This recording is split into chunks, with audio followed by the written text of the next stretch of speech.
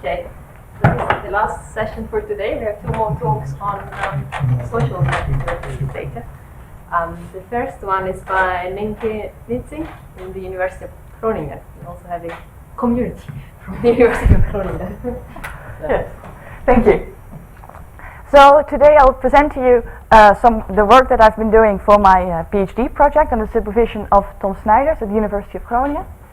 And the idea is as follows. So suppose this is a social network, a friendship network among a group of British people just before the Brexit referendum. And you see, on the left-hand side you see some blue people who are very pro-Brexit, and on the right-hand side you see the pro-EU people. And you see that they are clustered, and here on the boundary there are some people who, well, they're kind of blue but not really blue. And this network, so what you see here, you see both a social network, a friendship network, and the attributes or the political opinion of the actors of this network. And neither of these are static. For example, this blue person is surrounded by a lot of yellow people. So he might change his opinion to become more pro-European at some point. And similarly, for example, this blue person is surrounded by a lot of other blue people, but has one friendship tie to a yellow person. But maybe he thinks, okay, no, I don't like this yellow person anymore, I will dissolve this relation. So on the one hand, you can have an effect of the network on the attribute evolution, and on the other hand, you can have an effect of the attributes on the network evolution. So, and if you think about this, you want to study this as a dynamic, co-evolving process. And you can have a lot of research questions while studying these kind of processes. For example, do related social actors influence each other? Well, in this case of political opinions, we saw that they might could. And what factors play a role in relationship formation? So you saw this network just now, it wasn't random. There were a lot of clusters. Friendships were reciprocated. If I like you, maybe you like me. If I like you and you like her, maybe I like her as well. Even though she's looking at her laptop. Sorry. No, okay.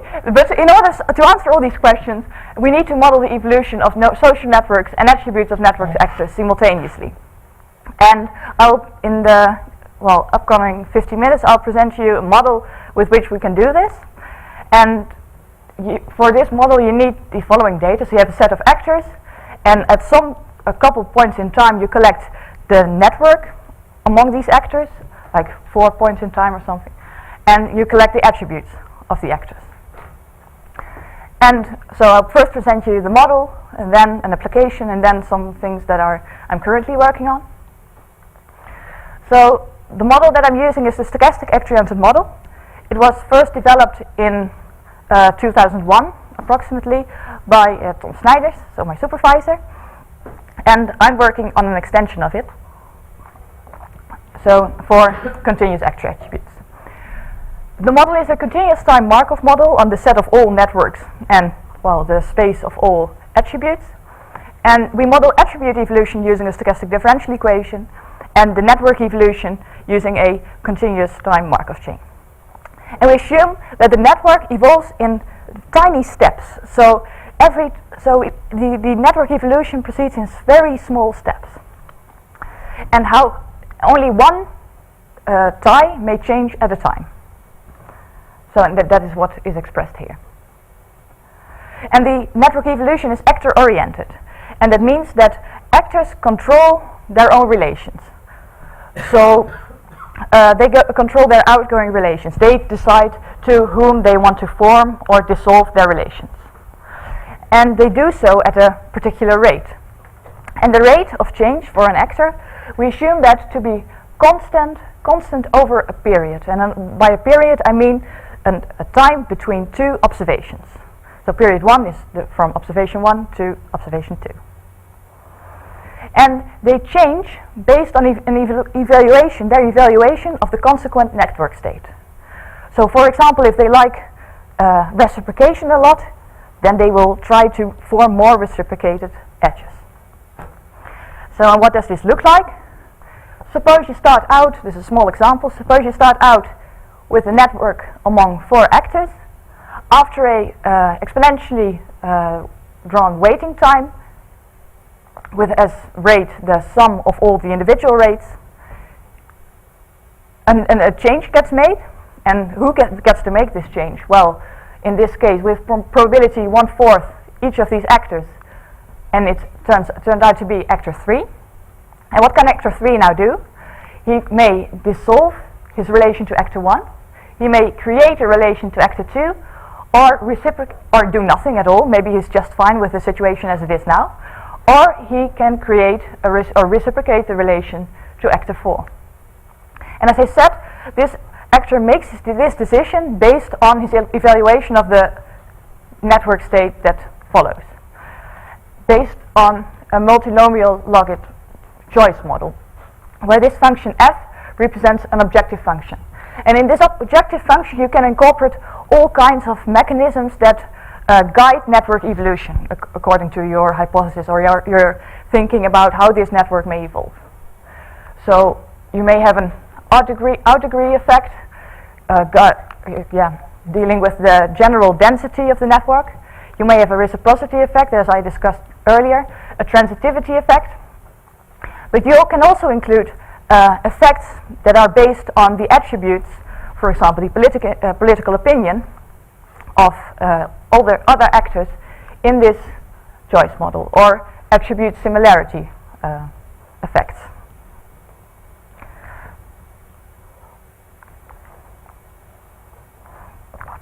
So now you might say, okay, now this is the network evolution, but where does the attribute evolution come in?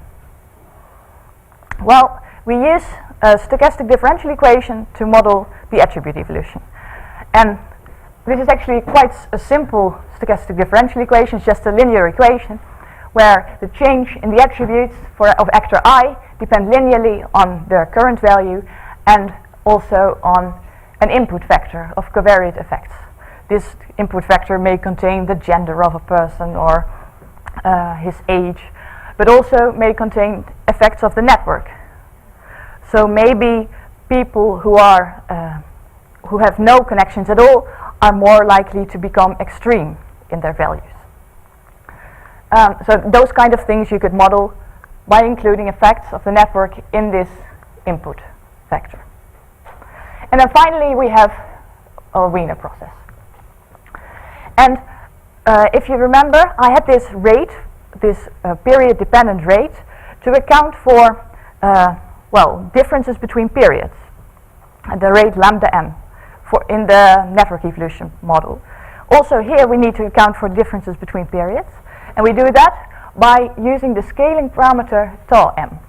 And as scaling works a bit differently, for Wiener processes, you see a tau m here and a square root tau m here. And then, how do we include this in the previous picture? After the random waiting time has been drawn, the attributes are updated, and then the actor gets selected who will eventually make a change. And in general, it's quite difficult to do this attribute updating if you have a random differential equation. But since we have a very simple form, a linear form, this transition density just reduces to a linear autoregression model.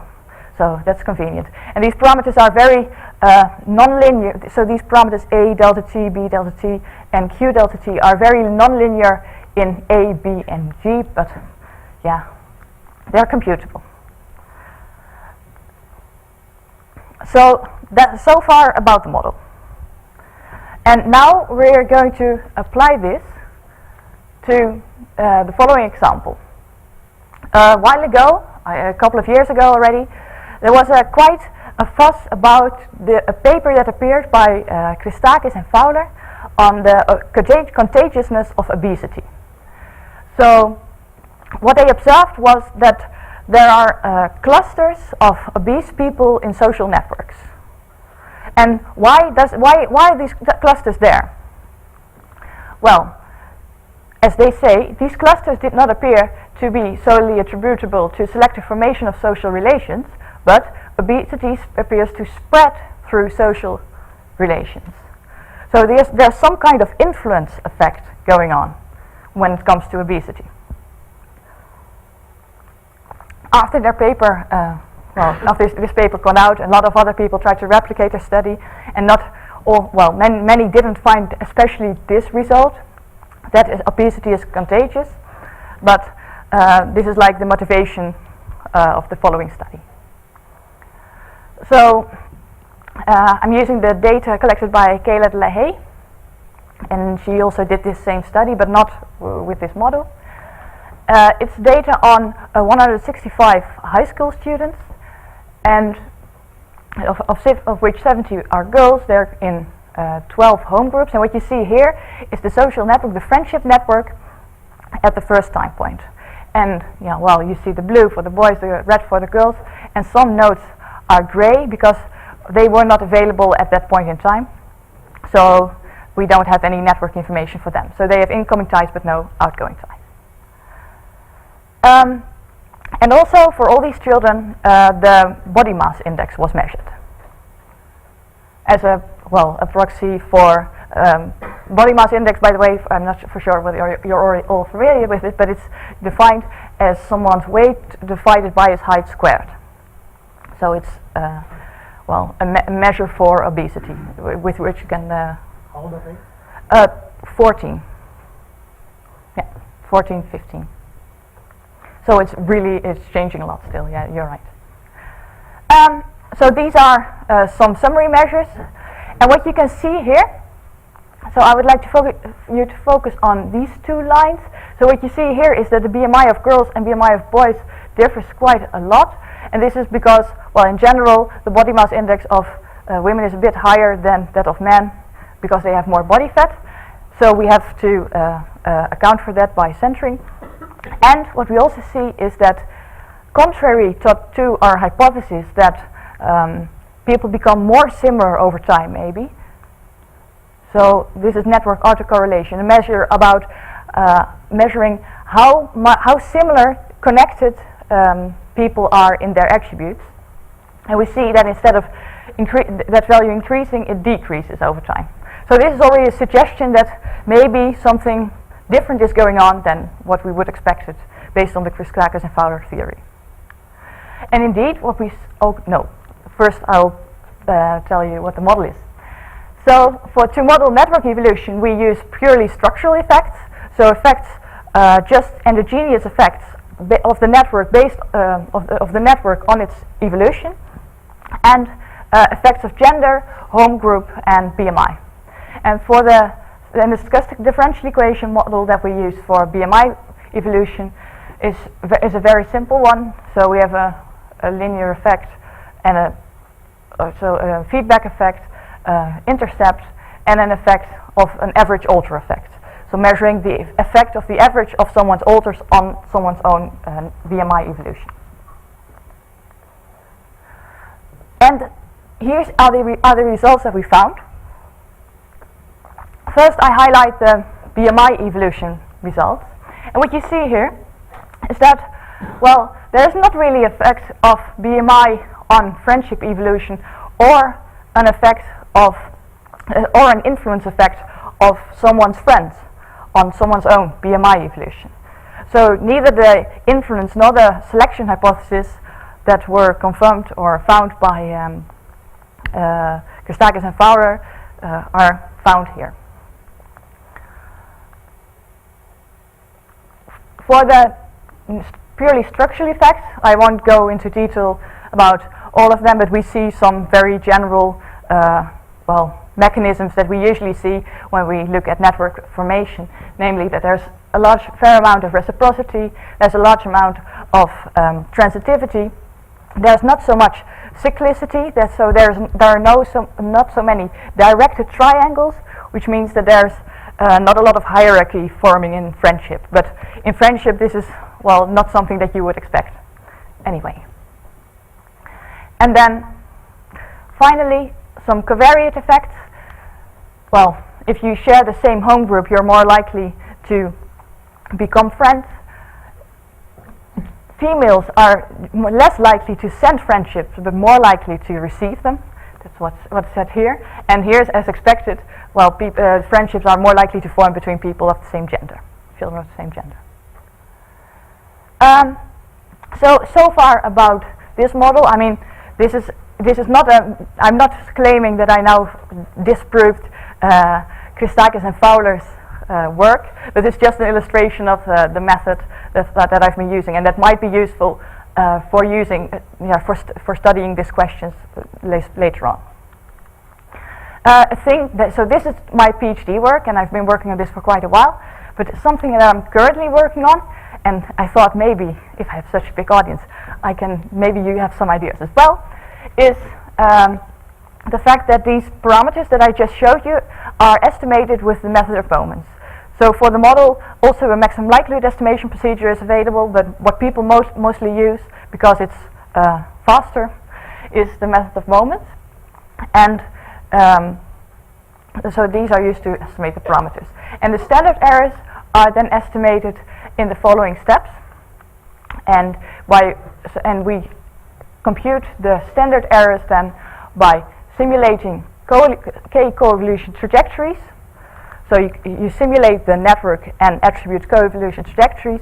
Based on that, you estimate the covariance matrix of the moment statistics and the Jacobian, so the partial derivative of this expected value of the statistics to the parameters, and we approximate the standard errors or the covariance matrix as follows. But we found that for very complexly specified models, this sometimes goes wrong, and you get standard errors that are like 50 times higher than your parameter estimate. And this is not quantifying a measure of uncertainty, but more a measure of, well, the program not really working, the algorithm not really working. But luckily, and it has to do with the inversion of this Jacobian. Well, by now we have found some ways to deal with this, or at least quantify the problem using the condition number of this matrix. But if you have encountered this problem as well, then please let me know. So, to conclude, the proof, of course, of all this work will be in the pudding, and that will be in the publishing, in me publishing this work in the R-Package R-Shannon test, which is currently already available, and people using it.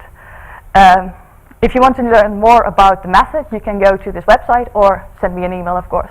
And thank you very much for your attention.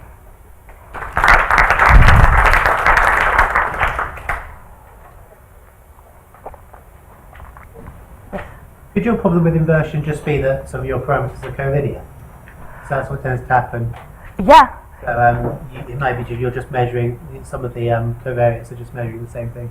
Yeah. So some of the that's true, but sometimes you want to, if you're interested in, for example, the people who are very popular or sending more ties, or people who send a lot of ties sending even more ties, you want to include these effects in the model, and then and sometimes you also need some effects to get well-fitting models.